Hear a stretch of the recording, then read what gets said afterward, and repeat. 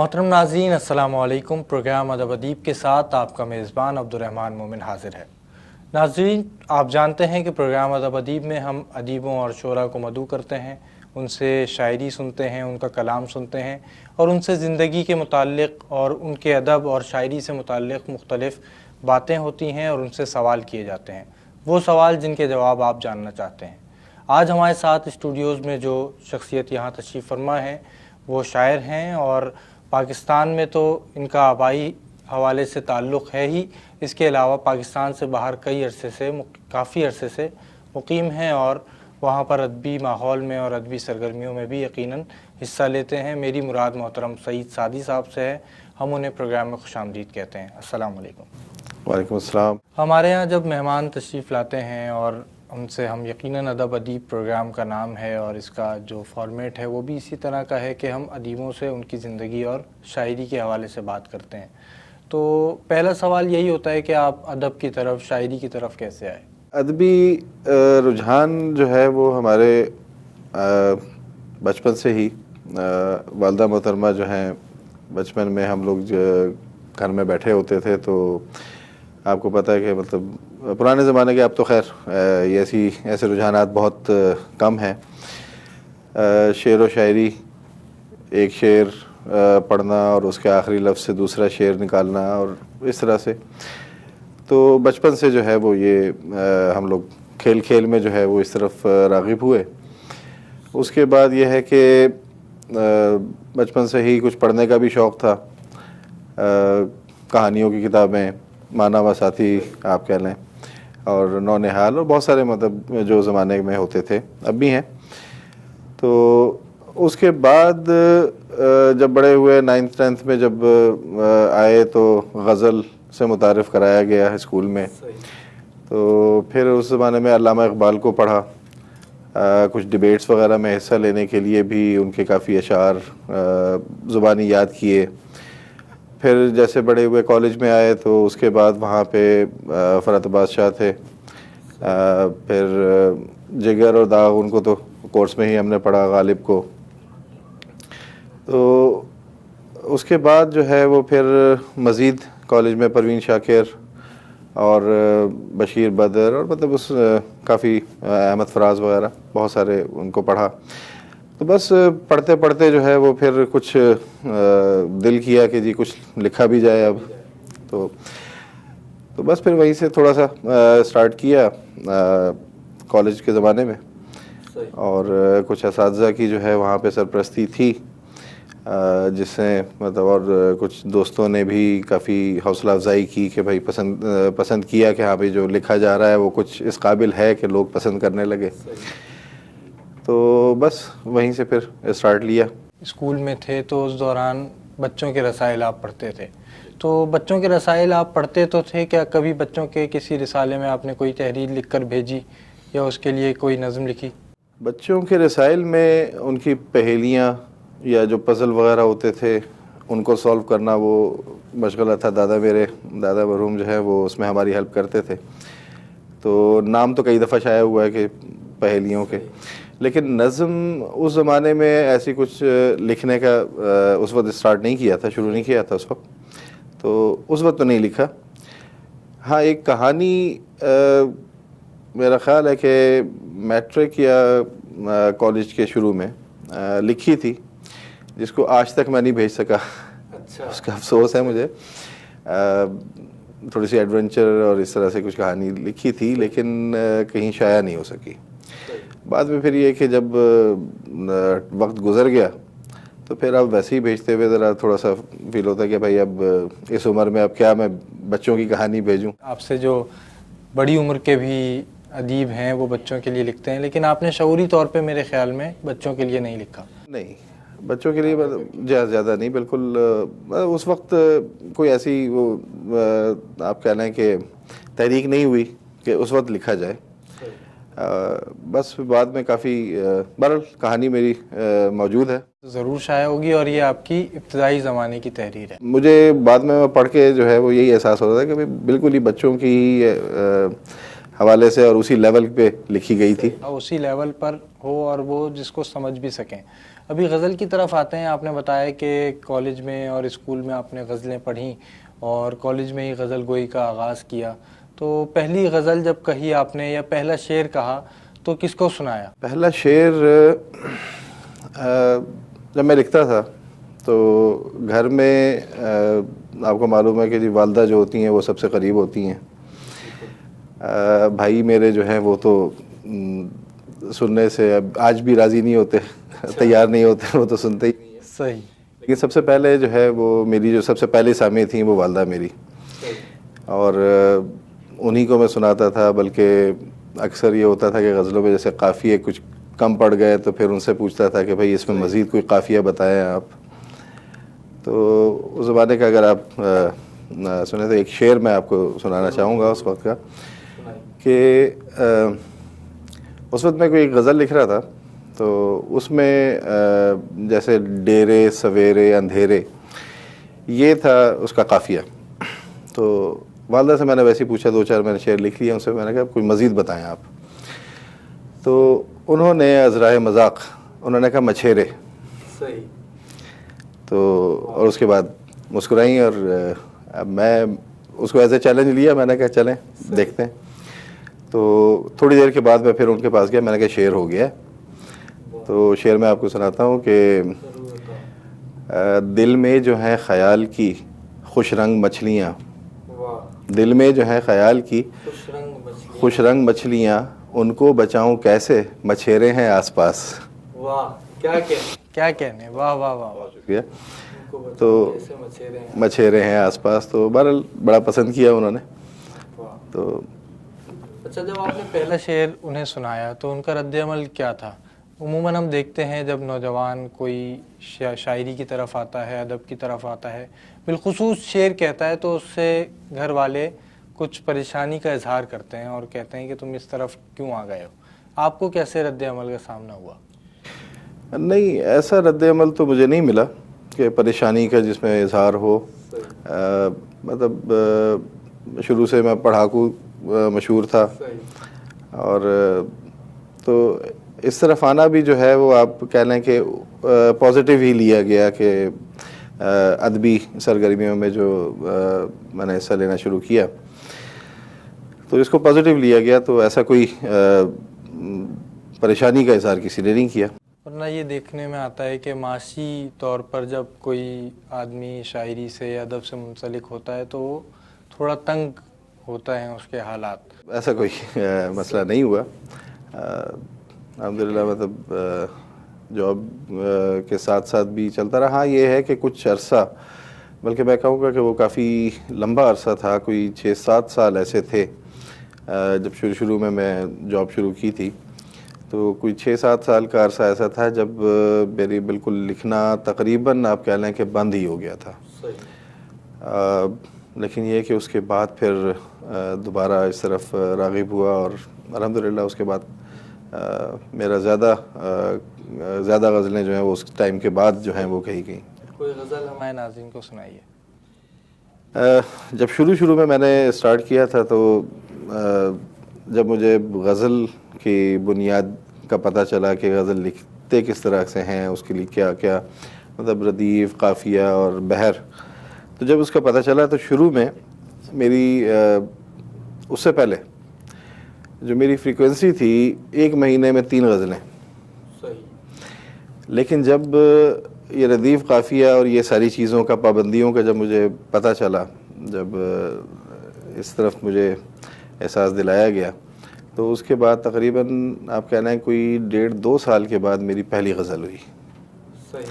تو وہ پہلی غزل جو ہے وہ میں آپ کو سناتا ہوں. اس سے پہلے آپ قافیے اور ردیف کی پابندی میں نہیں کہتے تھے شعر؟ قافیہ ردیف تو مجھے اندازہ تھا, کیونکہ میں نے جیسے بتایا کہ ہمیں 9th کلاس 10th کلاس میں جو ہے کورس میں بتا دیا جاتا ہے, تو اس کا تھا. لیکن بحر اور اس کے اوزان, تختی, علم عروض, اس طرف مجھے مطلب کسی نے خاص طور پہ وہ نہیں دیا. اور تو بس یہ کہ جو غزلیں ہوتی تھیں میری شروع کی جو تھیں, تو وہ ردیف قافیے کے تو پابند ہوتی تھیں, لیکن یہ تھا کہ ان میں کہیں جو ہے وہ بحر سے آگے پیچھے.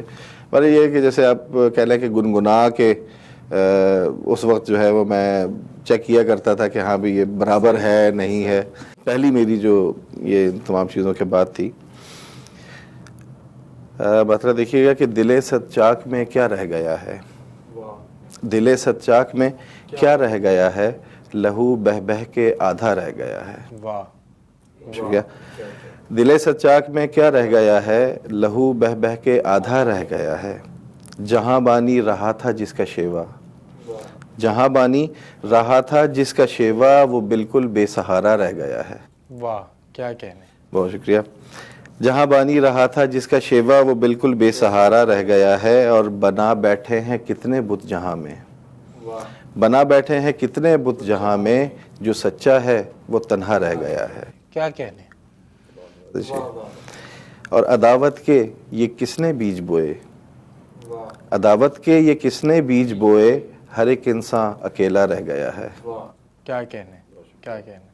اور مقطع اس کا کہ تجھے سادی تھی دریا کی بشارت, تجھے سادی تھی دریا کی بشارت, مگر آنکھوں میں صحرا رہ گیا ہے. آپ نے جیسے بتایا کہ ابتدا میں جب آپ غزل لکھ رہے تھے یا شعر لکھ رہے تھے, شعر کہہ رہے تھے, اس وقت آپ کو علم عروض اور بحر کا اندازہ نہیں تھا.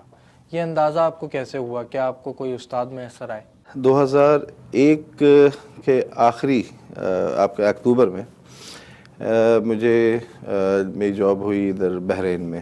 تو اس وقت سے میں وہیں ہوں. اس سے پہلے میں فوجی فاؤنڈیشن میں ہوتا تھا اسلام آباد میں.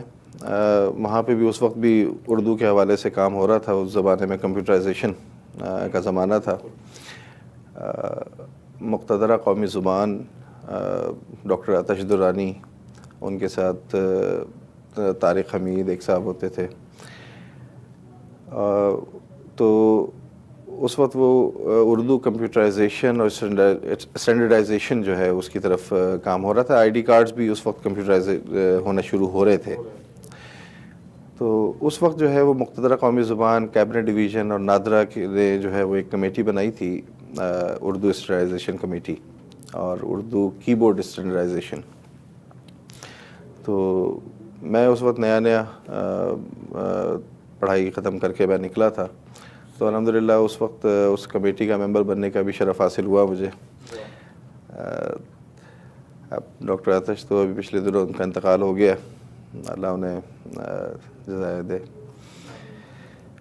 تو اس وقت جب میں یہاں سے گیا پاکستان سے, تو وہاں پہ فوجی زیادہ تر مطلب جو ڈیفنس میں ہیں وہاں پہ ریٹائرڈ فوجی ہیں پاکستان سے جو جاتے ہیں.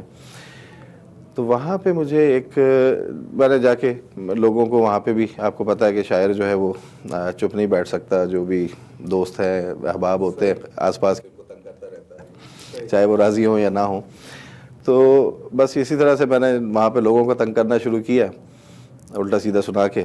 تو میری جو شہرت تھی وہ پہنچی, ایک صاحب تھے معظم سعید. معظم سعید صاحب جو ہیں وہ آج کل یہیں کراچی میں ہیں, ریٹائر ہو گئے. تو انہوں نے مجھے فون کیا اور انہوں نے کہا کہ بھائی مجھے پتہ چلا ہے کہ جی آپ بھی شاعر ہو, تو کہاں ملاقات ہو سکتی ہے. میں نے بتایا تو پتہ چلا کہ ان کی رہائش بھی قریب ہی تھی. تو وہ ایک دن مجھ سے ملنے آئے. تو ملاقات میں انہوں نے کہا بھائی کچھ سناؤ. جب میں نے ان کو سنایا تو انہوں نے کہا کہ بھائی تمہیں علم عروض کا پتہ ہے؟ تو انہوں نے کہا کہ بھائی اگر تو تم اس کو شاعری کو کنٹینیو کرنا چاہتے ہو اور کرنا چاہتے ہو, یا ویسے ہی اگر پارٹ ٹائم تم نے مطلب ایسی شغل میں اس کو جاری رکھنا ہے وہ اور بات ہے, لیکن اگر باقاعدہ شاعری کی طرف آنا چاہتے ہو تو تمہیں یہ کم از کم 2 چیزوں کا ضرور پتہ ہونا چاہیے. تو میں نے ان سے کہا کہ جی پھر بتائیے میں کیا کروں. تو خیر ان کے پاس ٹائم تھا, انہوں نے مجھے کہا کہ بھائی آ جایا کرو میرے پاس. تو تقریباً مہینہ 2 مہینہ میں ان کے پاس جا کے بیٹھتا رہا ہوں, ان سے بہت کچھ سیکھا. اس کے ساتھ ہمارے بحرین کے بہت بڑے شاعر بابا سعید قیس, ان کا بھی 2 سال پہلے انتقال ہو گیا. تو ان سے بھی ایک مشاعرے میں وہاں پہ ملاقات ہوئی. تو انہوں نے مجھے کہا کہ بھائی تم بحر اور وزن کو ہٹا کے روانی ہے تمہارے کلام میں اور کچھ ہے, اس کو اگر مطلب تم باقاعدہ اگر یہ ان چیزوں کا خیال رکھو تو کہہ سکتے ہو. تو ان کو میں نے اپنا کلام جو ہے وہ جتنا بھی میں نے اس وقت تک کا کلام تھا سارا میں نے لے جا کے ان کے سامنے رکھا. میں نے کہا جی یہ اب تک میں نے کوئی 50-60 غزلیں ہیں میری. تو انہوں نے کہا کہ ٹھیک ہے رکھ جاؤ. 2 ہفتے کے بعد انہوں نے مجھے بلایا اور 2 ہفتے کے بعد جب میں ان کے پاس گیا ہوں تو انہوں نے میرے سامنے رکھا میرا مسودہ. میں نے اس کو کھول کے جب دیکھا تو A4 سائز پیپر کے اوپر جو ہے نا وہ A4 سائز کے کراس لگے ہوئے تھے. مجھے مطلب ڈس اپوائنٹڈ تو نہیں ہوا, لیکن بہرحال یہ کہ مجھے اندازہ ہوا کہ انہوں نے مجھے بعد میں ایکسپلین بھی کیا. انہوں نے کہا کہ بھائی اس میں کچھ اشعار ہیں جو کہ بحر میں بھی ہیں, وزن میں ہیں, لیکن پوری غزلیں جو ہے نا اس میں کہیں کہیں تم سائڈ سے مطلب ادھر ادھر نکل گئے اور خارج اور کچھ گر گئیں اور وغیرہ وغیرہ. تو بہتر یہ ہوگا کہ ان کو چھوڑ دو, اب نیا کہنا شروع کرو اور اسی پہ جو ہے وہ اکتفا کرو. تو ان کی بات میں نے تھوڑی سی مانی اور تھوڑی سی نہیں مانی. اس میں یہ تھا کہ جو غزلیں پرانی تھیں ان میں سے میں جب صحیح کہنا شروع ہو گیا تو پرانی غزلوں میں سے بھی کبھی کبھی دیکھ کے کہ ہاں جی یہ غزل اس میں سے 2 شعر تو ٹھیک تھے, تو ان کا وزن بہر برابر کر کے بھی ان کو پھر شامل کیا. تو اس طرح مطلب یہ کہ سعید قیس, معظم سعید, یہ 2 تھے جنہوں نے مجھے مطلب سکھایا اور آشنا کیا کہ ہاں جی ہوتا کیا ہے. ناظرین کرام, سعید سعدی صاحب ہمارے ساتھ تشریف فرما ہے. ان سے گفتگو کا سلسلہ جاری ہے. یہ سلسلہ ابھی ذرا سا ٹوٹ رہا ہے اور یہ وہیں سے دوبارہ جوڑا جائے گا جب ہم وقفے سے واپس آئیں گے جہاں سے ٹوٹا ہے. آپ ہمارے ساتھ رہیے.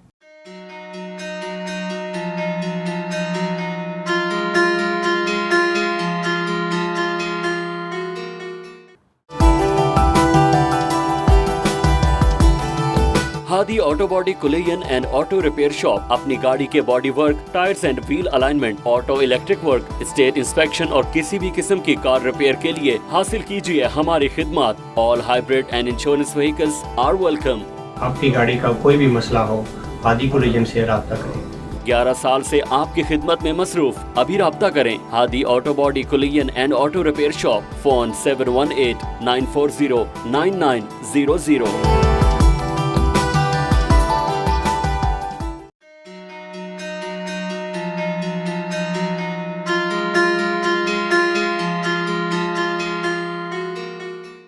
محترم ناظرین, پروگرام ادب ادیب میں وقفے کے بعد خوش آمدید. آج ہمارے ساتھ نوجوان شاعر سعید سعدی صاحب تشریف فرما ہیں. بحرین سے تعلق رکھتے ہیں اور اسی حوالے سے ان سے گفتگو بھی ہو رہی ہے. بحرین میں آپ کو سعید قیس صاحب میسر آئے اور آپ نے ان کی صحبت میں وقت گزارا.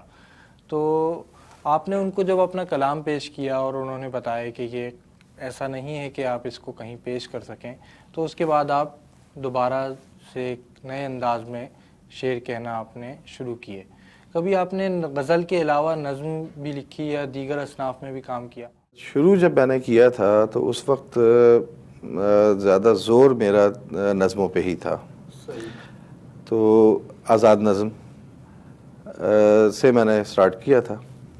غزل کی طرف میں پھر بعد میں آیا.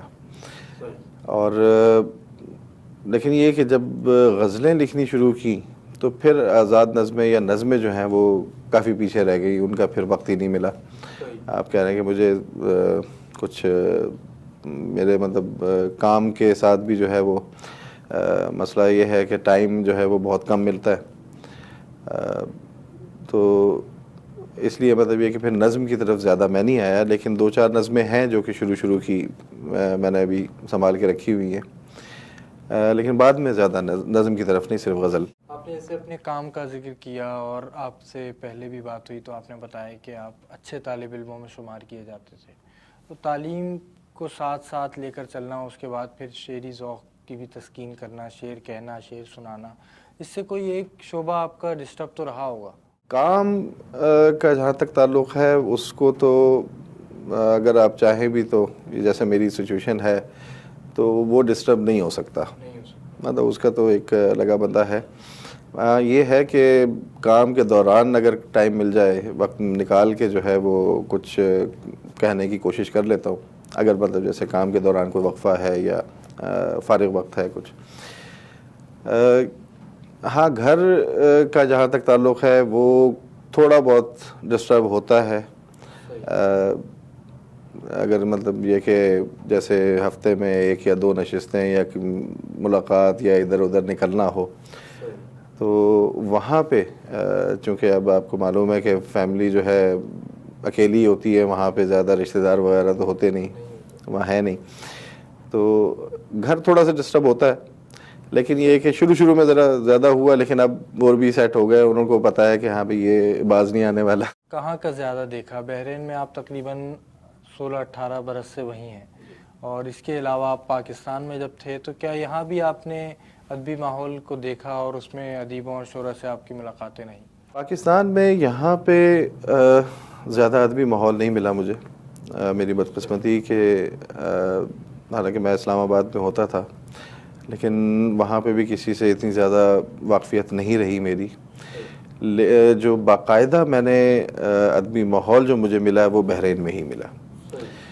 اور جیسے میں نے ذکر کیا بابا سعید قیس ہمارے، اور معظم سعید اور رخسار ناظم آبادی صاحب ہیں، اور اس کے بعد اب مجلس فخر بحرین جہاں، اور احمد امیر پاشا ہیں وہاں پہ بہت اچھے. اور خاص طور پہ جو خرم عباسی صاحب کا میں ذکر کرنا چاہوں گا. خرم بھائی جو ہیں وہ اس سلسلے میں خود تو کہتے ہیں کہ میں شاعر نہیں ہوں، لیکن یہ ہے کہ ہمارے جو اشعار یا کوئی کلام ہوتا ہے اس میں بنیادی غلطیاں جو ہیں وہی نکالتے ہیں. جی ہاں، تو ان سے بہت سیکھنے کو ملتا ہے. تو باقاعدہ جو ہے وہ بحرین میں ہی، اور پھر اب جب سے میں بحرین کے بعد اب پاکستان میں، تو یہاں پہ اب اجول بھائی ہیں اور آپ ہیں ماشاءاللہ. ہم تو خود طالب علم ہیں اور یقیناً آپ سے سیکھتے ہیں.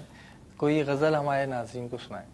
عشق میں کچھ بھی ہو سکتا ہے، عشق میں کچھ بھی ہو سکتا ہے، یہ طوفان ڈبو سکتا ہے.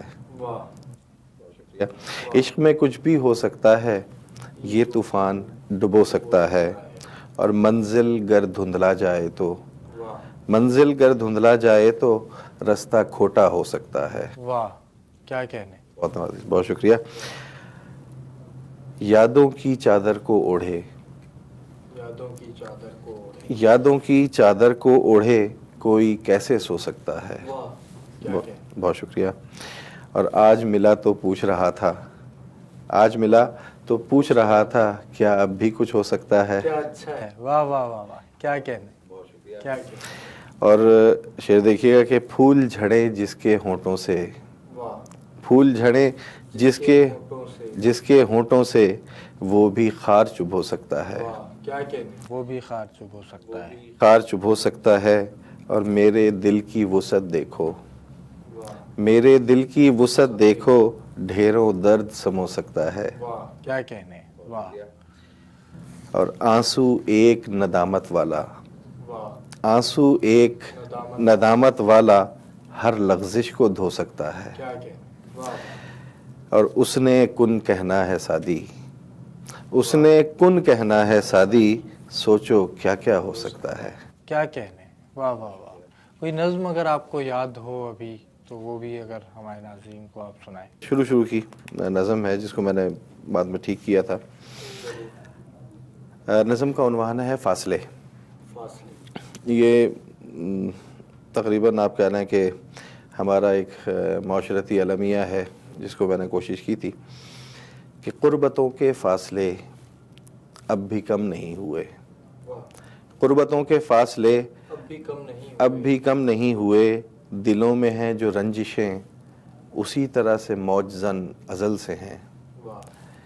محبتوں کی ڈالیاں کبھی کی خشک ہو چکی، محبتوں کی ڈالیاں کبھی کی خشک ہو چکی، منافقت کی چادریں دلوں پہ ہیں چڑھی ہوئی.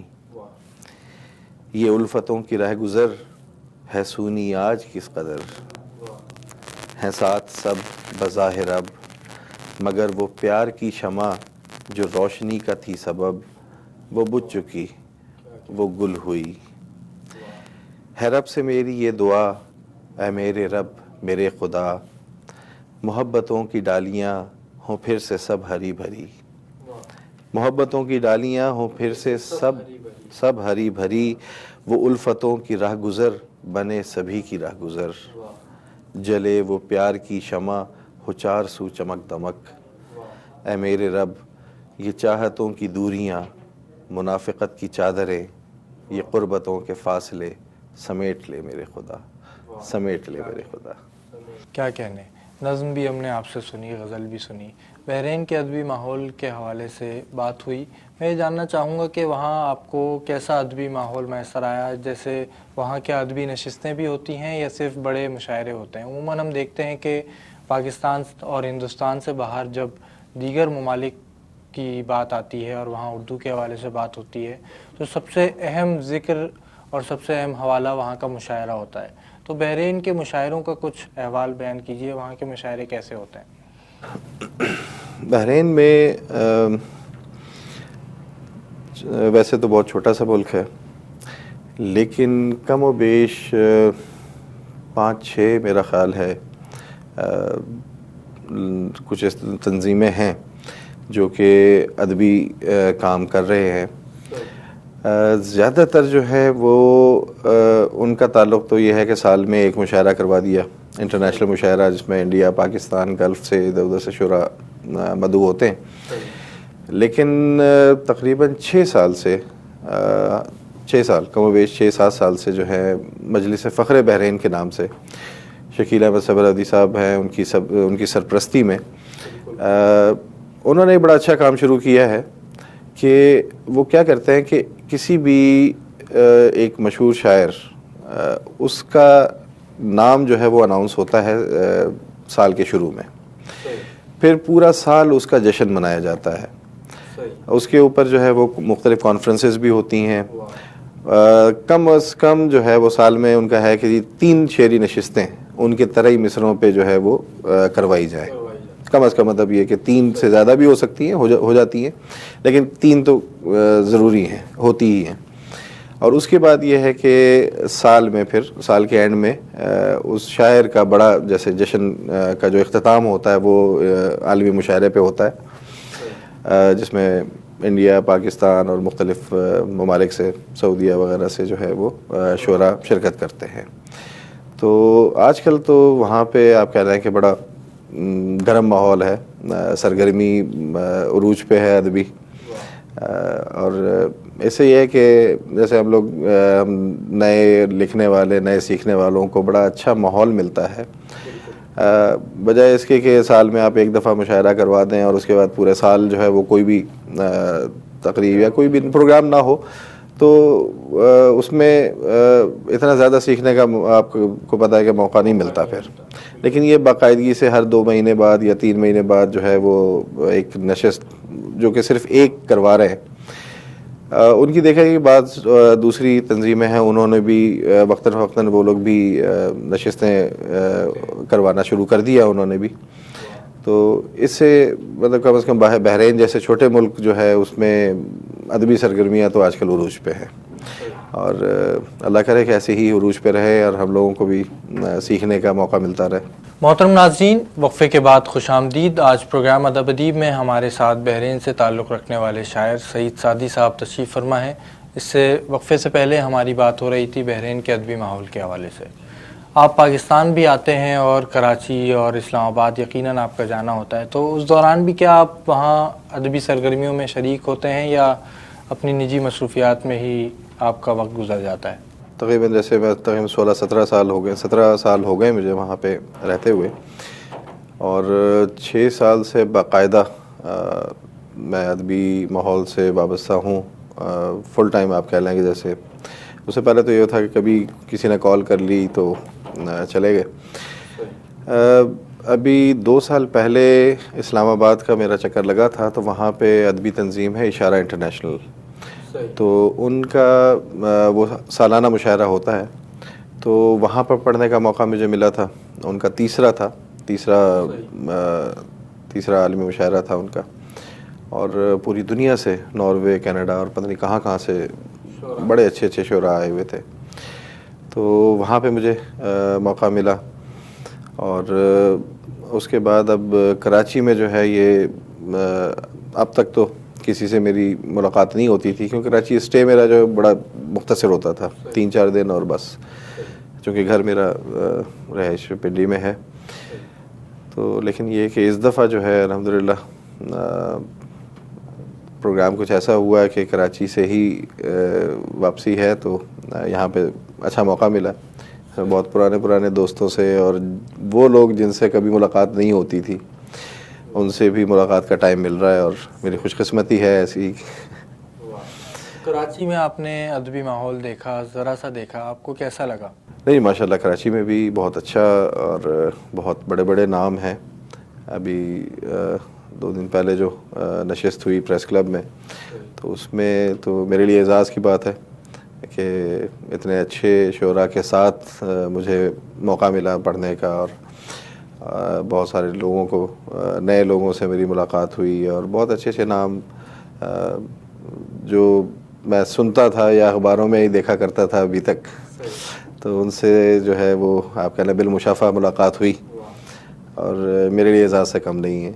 آپ کی ابھی تک کوئی کتاب شائع نہیں ہوئی، اس کی کیا وجہ ہے؟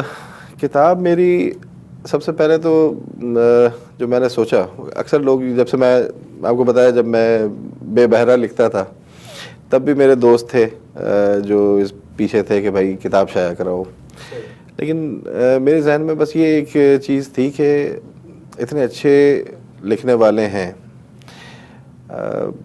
اور کئی دفعہ ایسا ہوتا ہے کہ کسی کی غزل سن کے یہ خیال آتا ہے دل میں کہ بھائی غزل تو یہ ہے، جو میں لکھ رہا ہوں وہ کیا ہے۔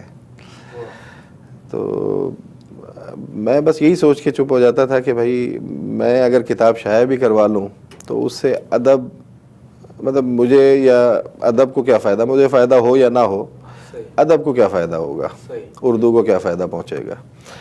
تو بس اب انشاءاللہ اس قابل ہونے دیں مجھے کہ ادب یا اردو کو میں کوئی فائدہ پہنچا سکوں، تو پھر انشاءاللہ کتاب کا بھی سوچیں گے۔ کتاب ابھی ہم اگر گفتگو کریں کتاب کے حوالے سے تو ہم دیکھتے ہیں جب آپ نے شعر گوئی کا آغاز کیا تھا اس وقت کتابیں پڑھنے کا رجحان تھا، لوگ کتابیں پڑھتے تھے اور کتاب کلچر تھا۔ ابھی بھی ایسا نہیں ہے کہ کتابیں شائع نہیں ہو رہی، کتابیں تو شائع ہو رہی ہیں، لیکن ہم دیکھتے ہیں کہ ان کو قاری میسر نہیں آتے۔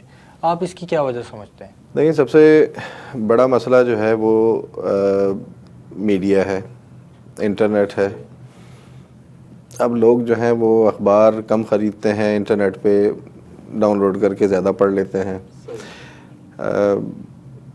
ہمارے آپ کو معلوم ہی ہے کہ بچے جو ہیں وہ اتنے ایڈکٹ ہو گئے ہیں اس چیز کے کہ وہ موبائل اور ٹیبلٹ اور کمپیوٹر سے باہر نہیں نکلتے۔ ابھی 2-3 دن پہلے کی بات ہے کہ یہاں پہ لائٹ گئی ہوئی تھی تو میرے بچے جو ہیں وہ بیٹھ کے آپس میں باتیں کر رہے تھے، مجھے بڑا اچھا لگا۔ تو یہ مین مسئلہ ہے کہ اگر کتاب آپ خرید بھی لیتے ہیں تو جس طرح سے مطلب مختلف شعراء کے کلام یا ویڈیوز یوٹیوب پہ اویلیبل ہیں، فیس بک پہ کلام مل جاتا ہے، تو ایسا نہیں ہے کہ لوگ پڑھتے نہیں ہیں، پڑھ رہے ہیں، کتابیں لے کے رکھ لی جاتی ہیں، شیلف بنا لیے جاتے ہیں، سجا لیے جاتے ہیں، جس کو میں کہوں گا کہ پڑھتے ہیں، انٹرنیٹ پہ زیادہ پڑھ لیتے ہیں۔ تو اب آپ کہہ لیں کہ جو پڑھائی لکھائی کا جو رجحان ہے وہ کتابی سے زیادہ ڈیجیٹل ہو گیا ہے۔ آپ کا خیال یہ ہے کہ ابھی جو لوگ پڑھتے تھے وہ پڑھ رہے ہیں لیکن کتاب کے بجائے وہ انٹرنیٹ پر پڑھ رہے ہیں، تو آپ کیا سمجھتے ہیں کہ یہ ادب کے حوالے سے اور شاعری کی اگر ترویج ہو اور یہ آگے بڑھانے کے حوالے سے کتنا فائدہ مند ہے جو انٹرنیٹ کی ہمیں ابھی سماجی رابطوں کی ویب سائٹس میں اثر آئی ہیں؟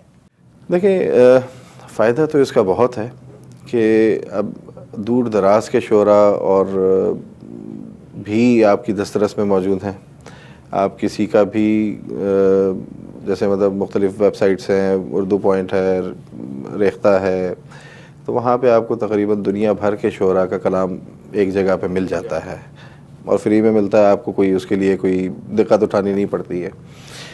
تو اس کا فائدہ تو ہے، لیکن اگر ہم بات کریں روایتی طریقوں کی کہ جی کتاب ہاتھ میں لے کے بیٹھ کے پڑھنا، اور اگر تو وہ چیز اب وقت کے ساتھ ساتھ تبدیل ہو رہی ہے۔ اب میں اپنی مثال دوں گا کہ بیٹا میرا جو ہے وہ جب پڑھائی کی ایگزام کی بھی تیاری کر رہا ہوتا ہے تو اس نے موبائل ساتھ میں رکھا ہوتا ہے، تو اکثر میں ڈانٹتا ہوں کہ بھائی موبائل تو بند کر دو، پڑھائی کر رہے ہو، تمہارا کل پیپر ہے۔ تو وہ کہتا ہے پاپا میں اس میں جو ہے نا وہ اپنے دوستوں کے ساتھ جو ہے نا وہ سوال سالو کر رہا ہوں، گروپ اسٹڈی کر رہا ہوں۔ تو اب میں اس کو کچھ کہہ نہیں سکتا، تو بس یہ کہ اقدار جو ہیں وہ بدل رہی ہیں وقت کے ساتھ ساتھ، تو ہر چیز ڈیجیٹل ہو رہی ہے، تو اب یہ ساری چیزیں بھی ڈیجیٹل ہو گئی ہیں۔ پہلے ہم دیکھتے تھے کہ ادبی رسائل شائع ہوتے تھے اور ایک شاعر کی غزل اس میں شائع ہوتی تھی تو دوسرے شہر تک پہنچتی تھی یا دوسرے ملک تک پہنچتی تھی، اب یہ کام بھی سوشل میڈیا نے لے لیا ہے۔ آپ نے بتایا کہ آپ بچپن میں بچوں کے رسائل پڑھا کرتے تھے، ادبی رسائل سے آپ کا کیسا تعلق رہا؟ کیا ادبی رسائل میں بھی آپ کی کوئی غزل یا آپ کی جو تخلیقات ہیں وہ شائع ہوئیں، یا آپ کی جو تخلیقات ہیں وہ زیادہ تر ڈیجیٹل فارم میں ہی شائع ہوئیں؟ زیادہ تر جہاں کا تعلق ہے تو وہ زیادہ تر تو ڈیجیٹل میں ہی ہیں، لیکن کچھ غزلیں ہیں میری، کچھ کلام جیسے یہاں پہ اجمل بھائی کا شکریہ کہ ان کی توسط سے جسارت میگزین، سنڈے میگزین میں شائع ہوتی رہی ہیں۔ اس کے علاوہ کچھ انڈیا میں بھی کزن ہیں میرے، ان کی توسط سے وہاں کے بھی کچھ جرائد میں جو ہے وہ میری غزلیں شائع ہوئی ہیں۔ جب غزل رسالے میں شائع ہوتی ہے اور ڈیجیٹل فارم میں شائع ہوتی ہے فیس بک پر یا کسی بھی پیج پر جو سماجی رابطوں کی ویب سائٹس پہ ہیں، تو زیادہ لطف کس میں آپ کو آتا ہے، کس فارم میں آپ کو غزل پڑھنے میں آتا ہے؟ لطف جو ہے جہاں تک اس کا تعلق ہے وہ تو دونوں جگہ آتا ہے، لیکن رسالے میں شائع ہوئی تو اب اس میں آپ کو پتہ نہیں چلتا کہ کتنوں نے پڑھی، کتنوں نے لائک کی، کتنوں کو پسند آئی نہیں آئی۔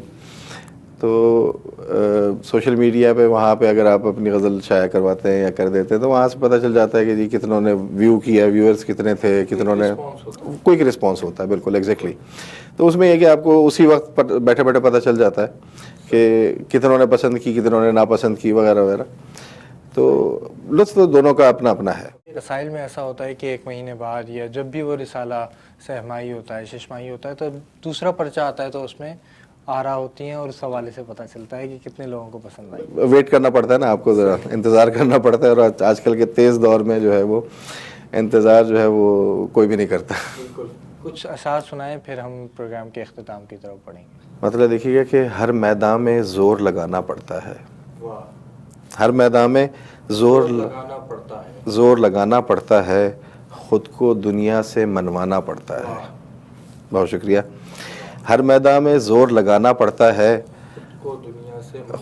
خود کو دنیا سے منوانا پڑتا ہے، اور ڈٹ جانا حالات کے آگے مت گھبرا، ڈٹ جانا حالات کے آگے مت گھبرا، سچ کی خاطر سر کٹوانا پڑتا ہے۔ کیا کہنے، واہ! سچ کی خاطر سر کٹوانا پڑتا ہے، اور جن لوگوں کا ظاہر کچھ ہو باطن کچھ، جن لوگوں کا ظاہر کچھ ہو باطن کچھ، ایسے لوگوں سے کترانا پڑتا ہے۔ کیا کہنے، کیا کہنے۔ اس پہ میرے ایک دوست نے کہا کہ جی آپ کتراتے کیوں ہیں، اس کو آپ کریں ٹکرانا پڑتا ہے۔ میں نے کہا بھائی وہ آپ اپنے مزاج کے حساب سے بات کر رہے ہیں، میں اپنے مزاج کے حساب سے، تو ایسے لوگوں سے کترانا پڑتا ہے، اور اس دل کو سمجھانا آسان کام نہیں، اس دل کو سمجھانا آسان کام نہیں، دیواروں سے سر ٹکرانا پڑتا ہے۔ کیا کہنے۔ دستک دے کر ہار نہیں مانا کرتے، دستک دے کر ہار نہیں مانا کرتے، کچھ دروازوں کو کھلوانا پڑتا ہے۔ بہت شکریہ۔ اور جس رستے میں تیری یادیں بکھری ہیں، جس رستے میں تیری یادیں بکھری ہیں، روز اسی رستے سے جانا پڑتا ہے۔ کیا کہنے، کیا اچھا ہے، واہ واہ واہ۔ اور مقطع اس کا کہ آخری شعر کہ کیوں غیروں سے امیدیں وابستہ ہوں، کیوں غیروں سے امیدیں وابستہ ہوں، جب خود اپنا بوجھ اٹھانا پڑتا ہے۔ کیا کہنے، واہ واہ واہ۔ کیوں غیروں سے امیدیں وابستہ ہوں، جب خود اپنا بوجھ اٹھانا پڑتا ہے۔ کیا اچھی آپ نے غزلیں سنائی اور بہت اچھی آپ سے گفتگو رہی۔ آخر میں ہم چاہتے ہیں کہ ہمارے ناظرین کے لیے کوئی پیغام دیجیے۔ پیغام کا جہاں تک تعلق ہے کہ یہ میں من آنم کے من دانم، میں کسی کو کیا پیغام دوں، لیکن بات یہ ہے کہ آج کل جس طریقے سے جیسے ذکر ہوتا رہا کہ ڈیجیٹل اور سوشل میڈیا اس کا زور ہے، لیکن اس کے ساتھ جو مطالعے کی ضرورت ہے وہ بھی اسی طریقے سے باقی ہے، اور میرا خیال ہے کہ آج کل کے دور میں جو ہے مطالعے کی اور اس طرح کی اچھی اور آپ کہہ لیں کہ سرگرمیوں کی ضرورت جو ہے نا وہ زیادہ ہے. تو سب کو ان چیزوں کی حوصلہ افزائی بھی کرنی چاہیے، خاص طور پہ اپنے گھر سے. اور بہرحال مطلب یہ کہ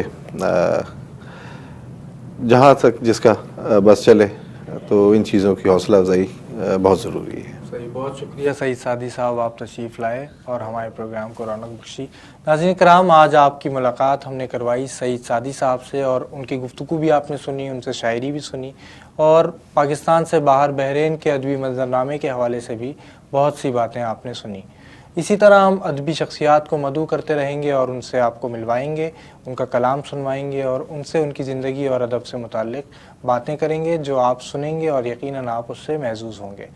اس امید اور دعا کے ساتھ کہ ادب اور ادیب ترقی کرتے رہیں، عبد الرحمن مومن کو اجازت دیجیے. اللہ حافظ.